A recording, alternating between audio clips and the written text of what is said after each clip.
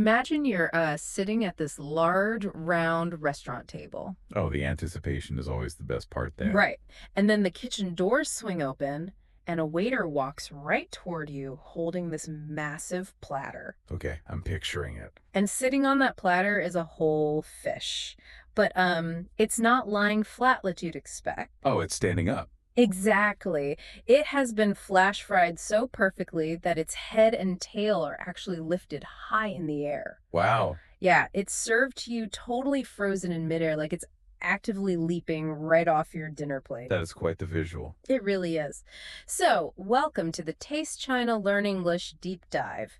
Today, we are going on a very special culinary journey to the east coast of China, to a place called Shandong Province. And it is a journey you absolutely have to take if you want to truly, understand food. Because the food from Shandong has a special name, right? Yeah, it's called Lu Cuisine. And if you have ever enjoyed a meal from the north of China, you are actually experiencing the distant echoes of this specific region. So it's kind of like the mother of northern Chinese food. Exactly. Lu Cuisine is widely considered the cradle of Chinese cuisine. It's this deep historical foundation that, well, so many other cooking styles across the country are built upon. And that is really what we want to figure out today. Our mission for this deep dive is to explore exactly why Shandong food is considered the absolute foundation of all northern Chinese cooking. It's a big title to live up to. It is. And along the way, we're going to unpack how this region manages to capture like the salty, fresh ocean flavors of the coast and the rugged, earthy flavors of the inland farming plains. Right, because it covers a lot of totally different geography. Exactly.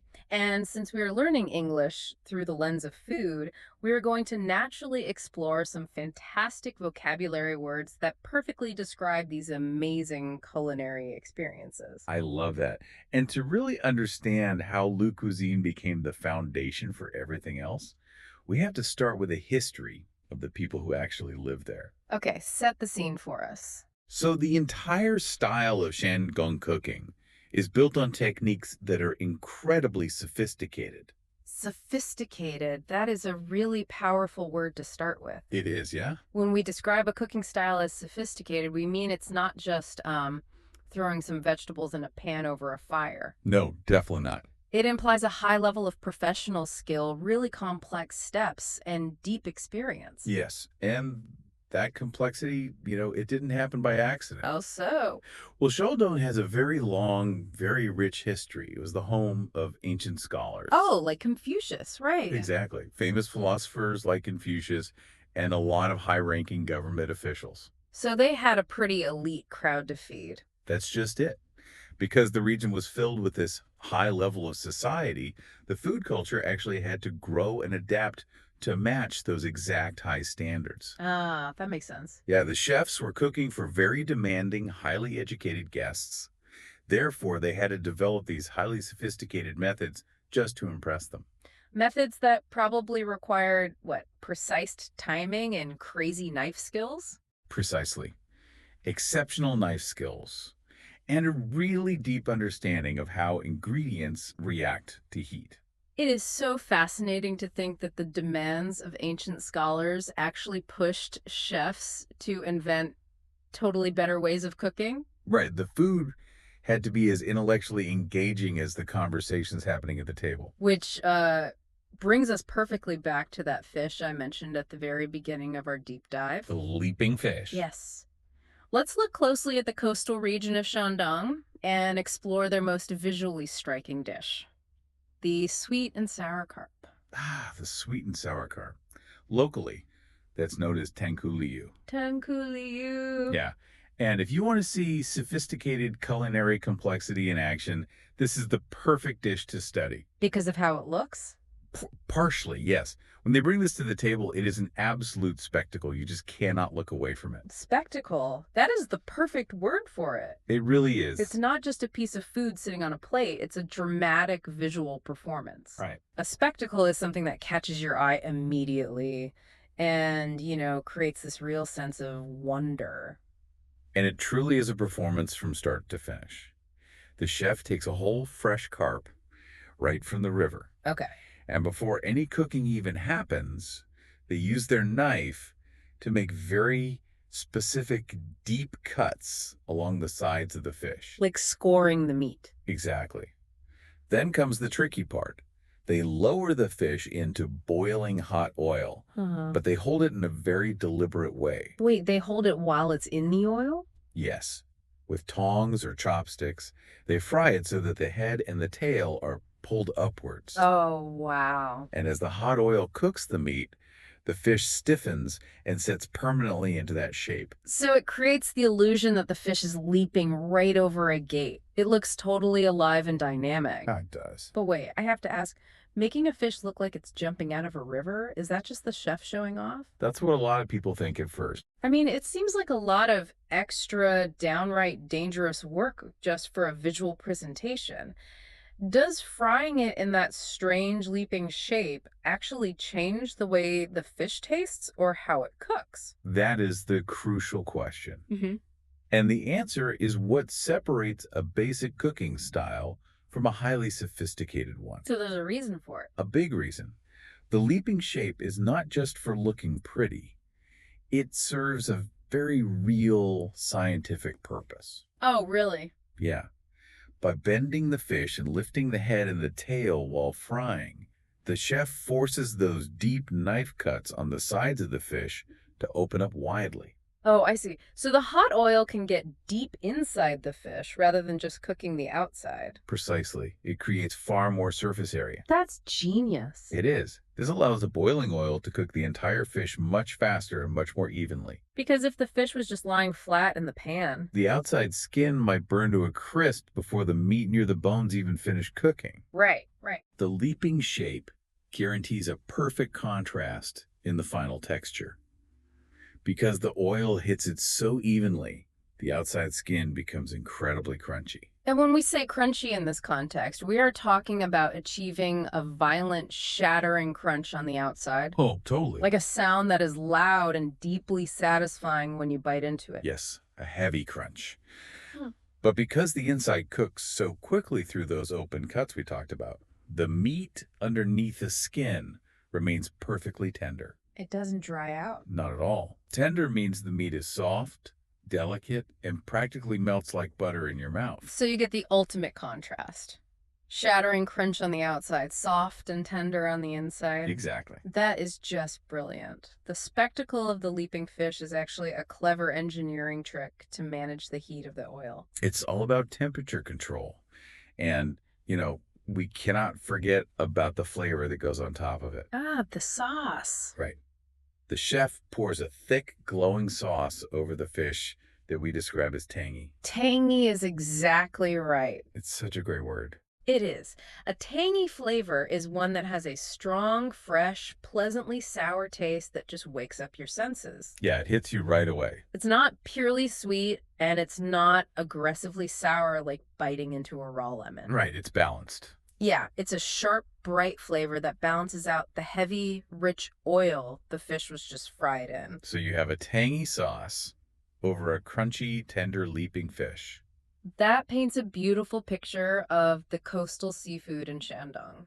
It really does. And it makes perfect sense that coastal chefs could do amazing things with fresh fish right from the water. Absolutely. But true culinary mastery is taking the most basic, rugged ingredient you can pull out of the dirt and elevating it. Oh, I see where you're going with this. Which brings us to the inland plains of Shandong. That is a very important transition because Shandong is a massive province. Right. If you leave the ocean and travel inland, the landscape changes entirely into huge, flat agricultural plains. So farming is the way of life there. Yes. Why? And the ingredients change from delicate seafood to very strong, resilient crops. Okay, like what? Well, just as Sichuan province in China is globally famous for its spicy red chili peppers, Sure. Shandong province is famous for its scallions. Scallions, which many people know as green onions. Right.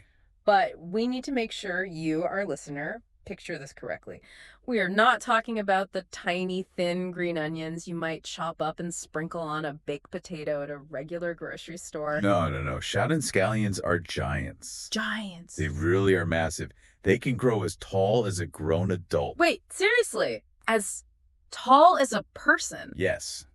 They are thick, heavy, and their flavor is incredibly powerful. I could only imagine. And the traditional way people in Shandong eat them is quite surprising to a lot of visitors. Oh, how so? Often these giant scallions are eaten completely raw. Wow.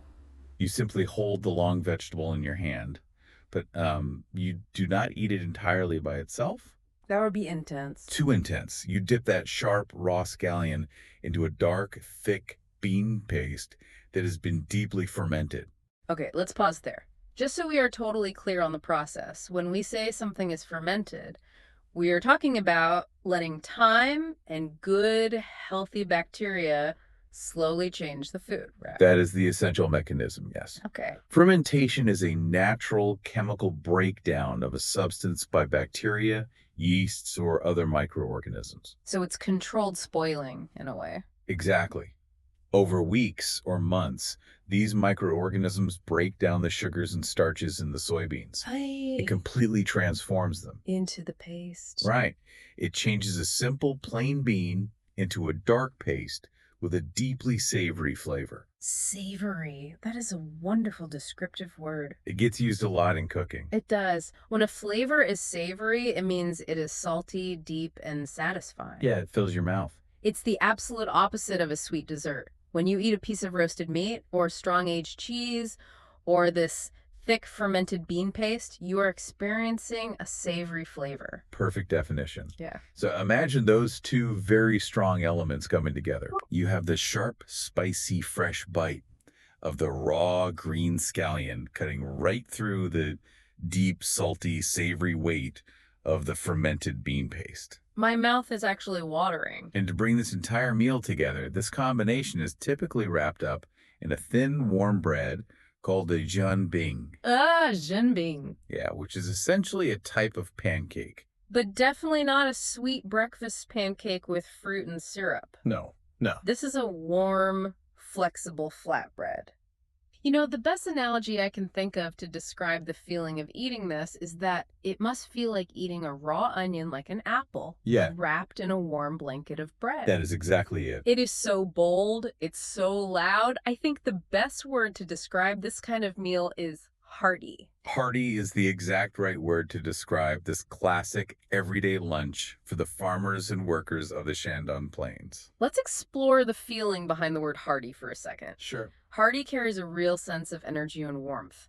If you describe a person as hearty, it means they have a big, loud laugh. Like a lumberjack. Exactly. They're cheerful, energetic, and they give you a really strong handshake. Right. When you apply that word to food, a hearty meal means the food is wholesome, substantial, and practically radiating energy. It sticks to your ribs, as they say. Right. It fills your stomach and gives you the fuel you need to go out and work hard in the agricultural fields all day long. Exactly. A light, delicate bowl of lettuce is not hearty. Definitely not. But a giant raw scallion with savory bean paste wrapped in warm bread is absolutely hearty. That paints a very clear picture of the farming culture there. But, bringing these two dishes up side by side creates a very interesting contrast, doesn't it? It creates a massive mystery in my mind. How so?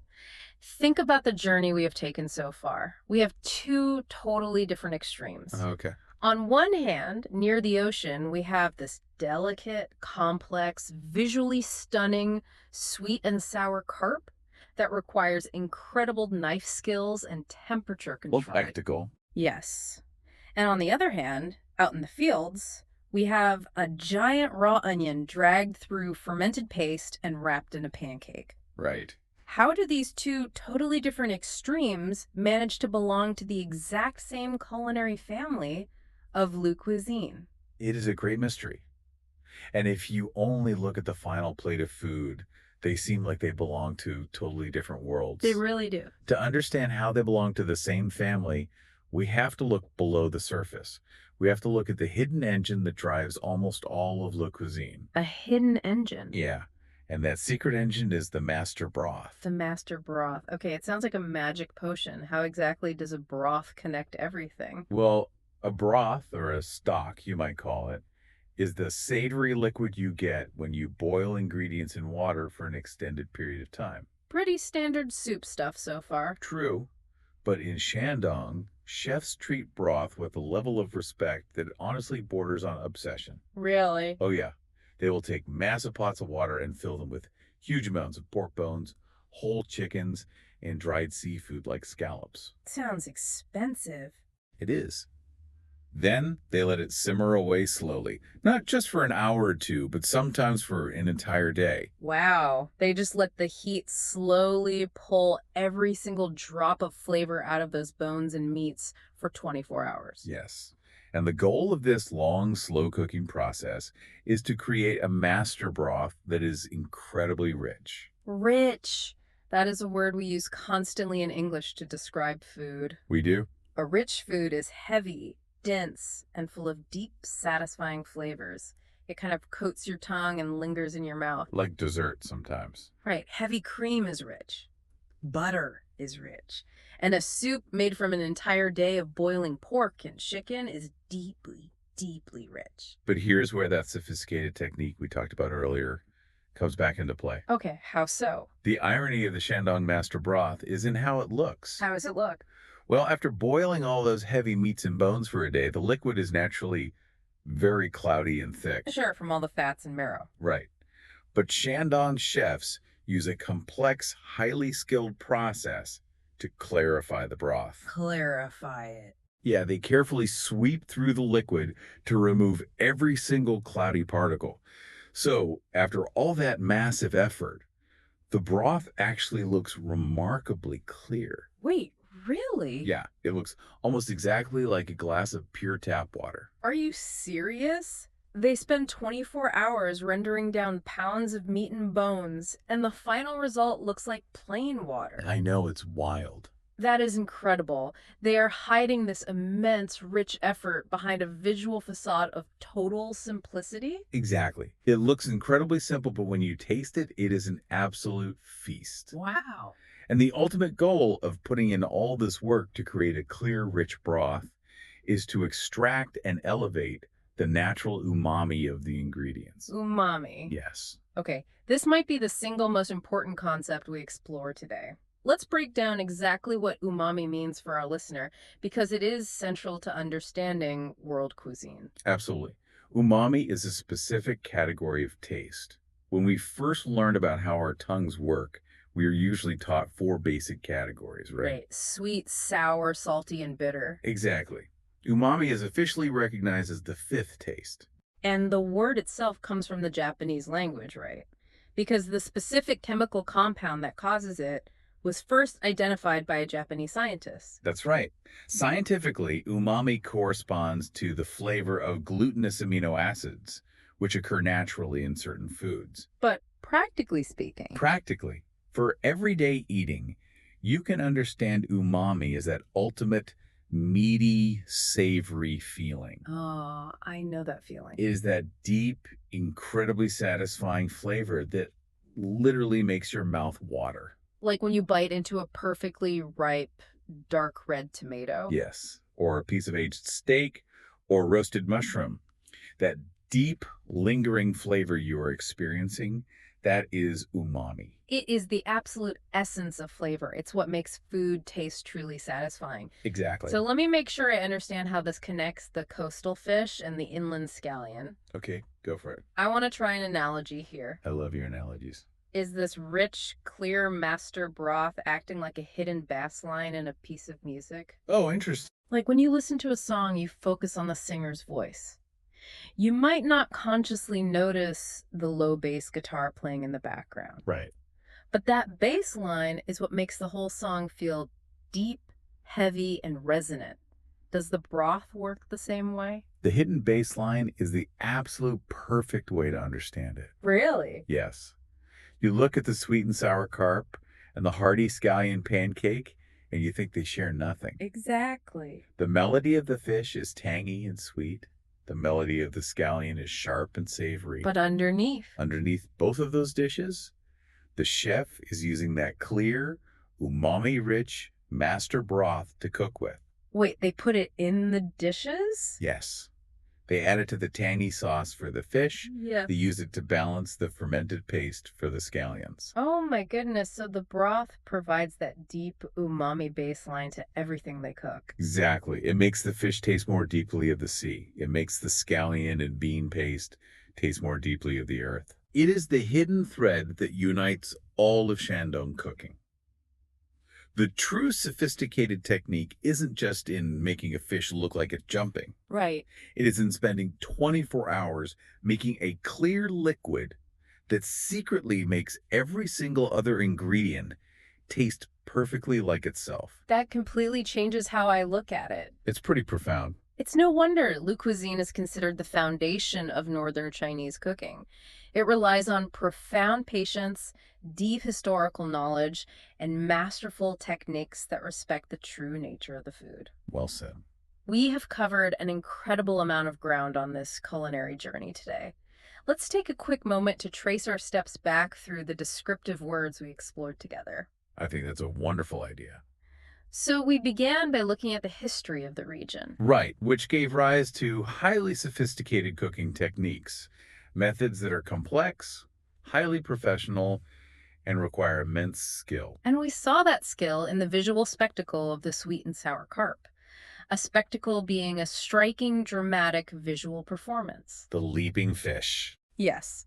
The chef fries the fish in a leaping shape, which creates a violent, shattering, crunchy texture on the outside, while keeping the meat soft and tender on the inside. And that leaping fish was covered in a beautiful, tangy sauce, giving it a strong, fresh, pleasantly sour flavor. Then from the coast, we moved to the agricultural plains to find something completely different. The giant scallions. Exactly. We explored giant raw scallions dipped in a savory, non-sweet, deeply satisfying bean paste. And we learned that paste was fermented, Right. slowly broken down and changed by healthy bacteria over a long period of time. Wrapping those strong flavors in a warm pancake creates a meal that is undeniably hearty. It's so hearty. It's wholesome, substantial, and full of warm energy for a working farmer. And finally, we uncovered the hidden engine connecting all of it. The clear, rich master broth. Yep. A liquid designed entirely to extract umami. That fifth taste, the deep, meaty, mouth-watering essence of the ingredients, acting as the hidden baseline of the cuisine. When you look at the whole picture, the highly sophisticated techniques, the masterful extraction of umami, and the beautiful balance between delicate coastal flavors and hearty inland meals, it becomes very easy to see why Shandong food has proudly earned the title of the King of Cuisines. The King of Cuisines. What a title. It deserves it. As we wrap up our time together today, I want to leave you, our listener, with a final thought to ponder. All right, what is it? Considering that these complex, sophisticated Shandong techniques truly form the historical foundation of all Northern Chinese cooking, the next time you go out and order your absolute favorite Chinese dish, take a very close look at it. Okay. Take a slow bite. Ask yourself, are you secretly tasting a 1,000-year-old technique designed to extract the perfect umami? Are you tasting that hidden baseline of Le cuisine? It is highly likely that you are. And it is a beautiful thing to realize how ancient history continues to live on in the meals we enjoy every single day. It really is.